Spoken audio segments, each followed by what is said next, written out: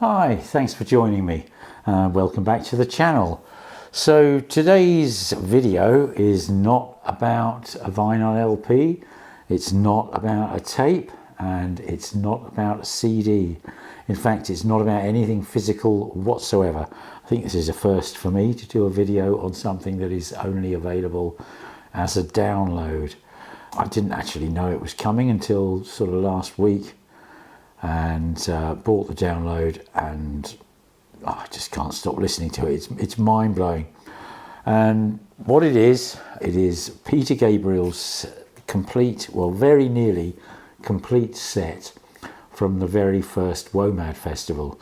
Now, anyone who knows anything about WOMAD will probably know that it was Peter Gabriel's vision, and the first WOMAD was at the Royal Bath Showground in Somerset, which is not very far from here at all, where I live, and that was on the 16th, 17th and 18th of July 1982. Now, my kind of thing with Peter Gabriel I've mentioned before, but it's really relevant and massive in my life, so I'm going to touch on it again, and how special the WOMAD gig is, and how how important to me it is, and what an amazing release this is. So if we start off with Peter Gabriel's third album, which I've got a copy of here. I'll take it out of the cover so you can see it better. Now, this is my original, which I actually bought the day before release, because I was friendly with a guy who worked in WH Smith's in Winchester, and as you can see, I went along to the gig in the Southampton Gaumont. Now, I'm pretty certain that these signatures are from a subsequent concert, but anyway, we've got Larry Fast, Jerry Marotta, and I think that's Tony Levin's signature there. Okay. I didn't get Peter Gabriel's signature, and I don't have Peter Gabriel's signature, even though I have met him on a couple of occasions. But anyway, Peter Gabriel 3. So the thing about this is, I mean, this is one of, I still to this day think this is one of the best albums he's ever made. Now, the cool thing about Peter Gabriel and my sort of, cutting my teeth in sort of live concert going and seeing him, as I say, my first ever gig was this gig here of this album, Peter Gabriel's third album, the 8th of March in 1980. And this album wasn't actually released until the 30th of May 1980. So all of that material was completely fresh and unknown to me, which is something that doesn't often happen at a concert, but Gabriel kind of has a habit of doing this, which I think is awesome. So I go to see the concert, and as I say, I saw it at the Southampton Gaumont, 8th of March 1980, and then on the 30th of May 1980 the album comes out. So it was, this album release was just mind-blowing, because I'd already seen 2 months prior to it the concert, and been that far away from Gabriel. It was amazing, absolutely amazing. So the next studio album that Gabriel did, you can take it out of the cover, Peter Gabriel 4, was released on the 10th of September 1982. Okay, and again, I got this on the date of release. Now, exactly the same as what happened with the previous album, Peter Gabriel 3, is a few months prior to this, in fact 2 months prior to this, so it really is the same kind of gig, so to speak. Peter Gabriel launched WOMAD, so there was the very first WOMAD festival. Now, a little while ago this came out, this album here, and I've done a review, and I'll put a link to it up here, but this is there's a couple of Peter Gabriel songs on this, Biko and I Have the Touch. But this is not just a Peter Gabriel album, it's an album of the whole festival, best of the whole festival, so to speak. But it was a wonderful festival, and you know, this is a record definitely worth getting. But of course, you know, I went to WOMAD purely, really, to see Peter Gabriel. And what I really, really, really wanted was the whole of Peter Gabriel's set. And that, of course, is what has just been released. Okay, now I mentioned Peter Gabriel 4 here because, you know, this hadn't come out yet. Okay, so the most recent album, Gabriel 3, was what, 2 years old, I think.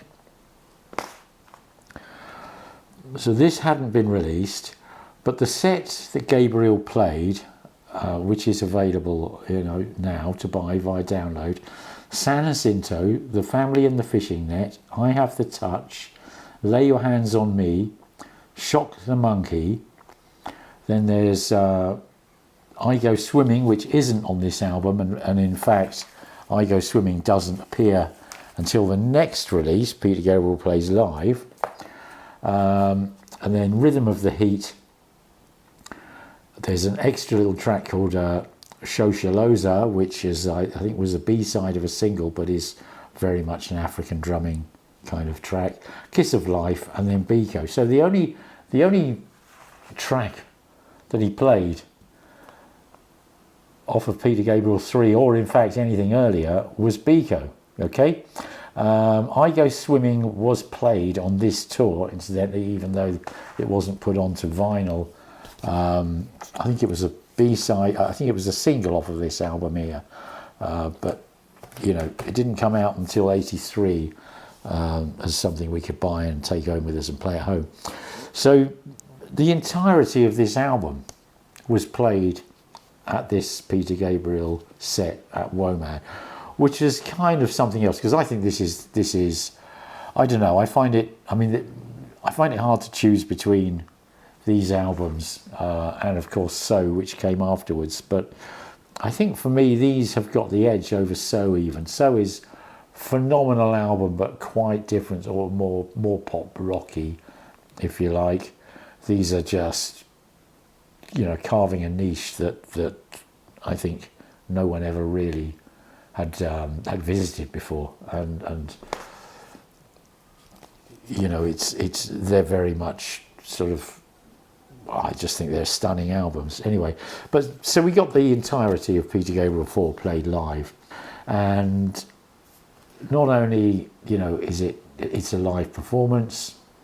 Gabriel was just on fire that night. I know I've read in interviews he was very nervous, and obviously, you know, it's the first of a, you know, what's become an immensely successful festival, WOMAD, and this was the opening night of the opening year, you know, the first year, whatever, of that festival. It was stunning, and of course he had Jerry Marotta on drums, Larry Fast on synthesizers, John Giblin on bass, David Rhodes on guitar, Peter Hamill on backing vocals and guitar, and then Ekome, which is a Bristol-based sort of African drum band, as well, for the last, I think, four or five songs of the night. But, you know, 4 songs on the album that's just been released. Okay, so it is just absolutely stunning, and you know, you go through track after track after track. San Jacinto, Family and the Fishing Net, I Have the Touch, Lay Your Hands on Me. All of these tracks, they're just, you know, you'll know them from this album, but they are phenomenally wonderful to hear live, and I think there is that sort of, you know, it's the first time he's sung them live. It's the first time, you know, it's the first WOMAD. It's such an emotive thing. I kind of list these ones because I mean, they're all stunning. Believe me, they're stunning. And the sound quality actually of this is absolutely stunning. It was mixed by Tim Oliver and mastered by Matt Colton at Metropolis. And I've had sort of second-hand word from Tim Oliver by a friend that obviously this was recorded on tape in 1982. That was, you know, that was really the only option. So it was recorded on 2-inch tape, obviously as a multi-track, and then I think it was converted to 36-bit 96 or 192, I'm not sure, but 36-bit digital for mixing. And I have to say the mix is fantastic, because it's you know, the audio quality of this is exceptional. In all these songs you've got a lot of sort of very deep bass, and it's not just the African drummers when they come in, but you know, that is very much worthy of note. But Jerry Marotta's kit as well, when he hits the bass drum, and when the synthesizers come in, and that, you know, the bass guitar, John Giblin's, you know, it's sort of, I don't exactly know what he plays, but it's got that sort of very twangy kind of fluid, fretless kind of sound that you'd associate with Tony Levin on the stick, or say Jaco Pastorius. Real, just absolutely beautiful bass sound. But the dynamic of how the guitars, which is quite sort of gritty and cutting and sort of percussive, and joining in with the synthesizer, the weight and the thickness and the density is exceptional. But the openness is fantastic. Peter's voice is magnificently clear and well captured and projected beautifully. It is absolutely, it's a superb sounding record. It really is. But I think when I've sort of mentioned those four, because you know, that's it, you're already thinking this is great. With Shock the Monkey, there's something on the sort of the decay of those sort of guitar, percussive sort of guitar elements, if you like, that really kind of defines the whole. And we're sort of starting to get into the territory of what I would say are just staggering recording quality, really. And then after Shock the Monkey, you go into I Go Swimming, which is, I think that's the first time that Echo may come on. And then Rhythm of the Heat, Kiss of Life, and then Biko. And it's, you know, the weight and the density. I talk about bass critically quite a lot recently, because I think that, you know, the Miles Showell bass treatment and the Stephen Wilson bass treatment is just sort of, you know, pump it up like an overfilled tire, so it's sort of just sort of fat but textureless, you know. And it's, you know, there's the bass on this isn't massively big, but it's deep and it's got texture and color. And there's, so, you know, whether it's the bass drum on Marotta's kit, or whether it's one of the bigger toms played by Akome, you really hear the skin and the resonance and the volume of that drum. It's absolutely fantastic. So it's astonishing sound quality, and the performance is just, I think emotionally it's one of the best gigs I've ever been to. I do remember it quite vividly. You know, at the end, I remember the sort of one of the crew coming on with a towel and sort of putting it around Peter's shoulders, and you know, he was you know, virtually in tears. It was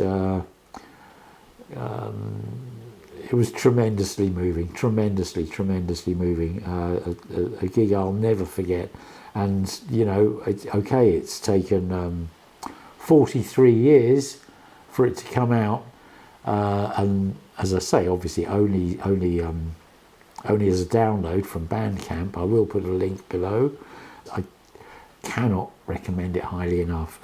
But you know, Peter or any of your team, if you're watching, this is stunning, and can we have it on physical media, please? The whole thing is 55 minutes. They have cut out that Shoshaloza song, so you know, I would imagine we're talking about an hour all in if they put the complete gig there. So you know, maybe a little bit long for one single LP, vinyl LP, but you know, make it a double album, put it on CD. You know, it's stunning. It really is. thoroughly recommended. Okay, so on that note, I will say thank you very much for watching, and I hope to see you all again very soon. Bye now. Bye.